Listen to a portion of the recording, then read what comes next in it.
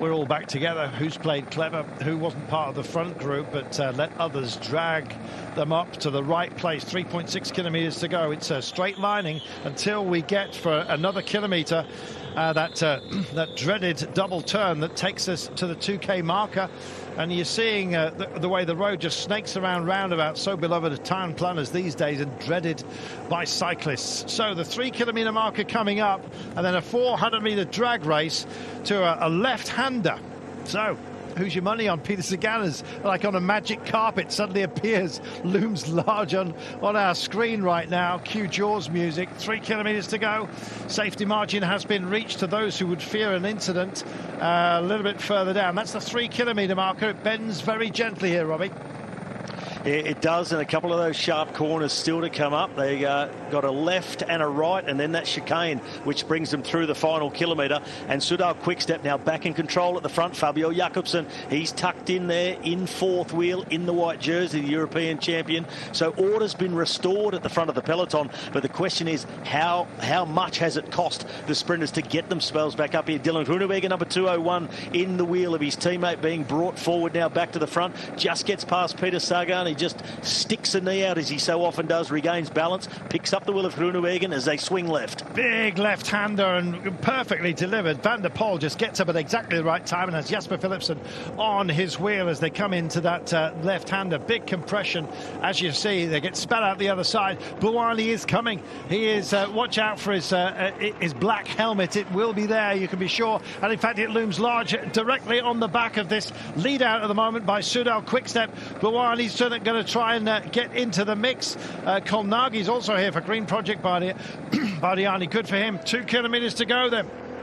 This is where Soudal Quickstep, they got the recipe from 4 years ago when they did it for Elia Viviani, trying to repeat for Jakobsen, but there's a few more in between. And Van der Poel piloting Jasper Philipsen on the right. Bahrain trying to bring Bauhaus back in the middle. Mezgec trying to pilot Dylan Groenewegen as well. 1.5 to go.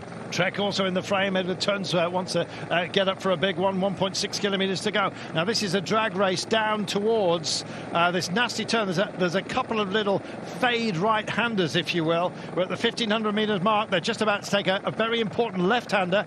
It brings us, it's a sequence of a couple of hairpins coming up right now. Jakobsen's on the right-hand side of the road, the European champion. Gamay is there in the day glow, as you can see. And it's now where we get this sort of nasty, gnarly sequence of turns. There's the first of them for the remainder of the day, excuse me. Ed Turns is waiting in the wings. Quinn Simmons is also involved here. This is that double phase I was telling you about. Now you have to go for it. This is where you have to pick up, and one suggests that maybe in the top 20 is where you have to be. And we've got a lot of choices here. Here comes Bouhanni again. He's just holding station on the back wheel just for the time being. Van Aert, who looks lively. Maybe Van Aert does fancy it, and why not? Here we go. This is the little chicane I was telling you about. First right, then left, little flick-flack, and Jakobsen's back out of it. He's got to pick himself back up at the moment. Jasper Philipsen is getting a magic carpet ride with 500 meters to go. It's not all over in terms of the turns. We will have a big right-hander coming up for you. They can't see the finish line just for the time being. Here comes Moschetti as well for 3.65. Gamay's on the case as well. Groenewegen's not out of this at all just yet for the time being, but Jasper Philipsen gets the turn. He's got the lead out. Is he going to get there? Oh, this is magnificent. It's going to open up wide and handsomely, I think. Philipsen's going very, very long. He's dragging. Nobody's going to get around Philipsen, I don't think. 25 minutes to go. It's Philipsen. Perfectly delivered. Absolutely brilliant stuff. They played the game perfectly there. That was a beautiful guide by Van der Poel, who sailed around every single one of the corners, and they got the job done.